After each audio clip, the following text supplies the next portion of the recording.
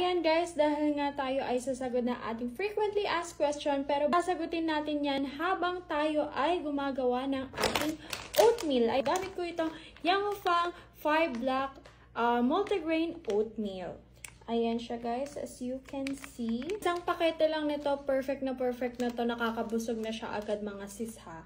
At ayan na nga mga sis, dahil may nagtatanong kasi kung safe ba ito for pregnant. Yes po, safe na safe po siya para sa ating mga pregnant moms at syempre sa ating mga lactating moms din po. Yes po. Dahil siya po ay made with organic ingredients, made with whole grain, even sa mga bata mga sis. Yes po, may nagtanong din po sa ating live kung pwede rin po ba ito sa mga bata.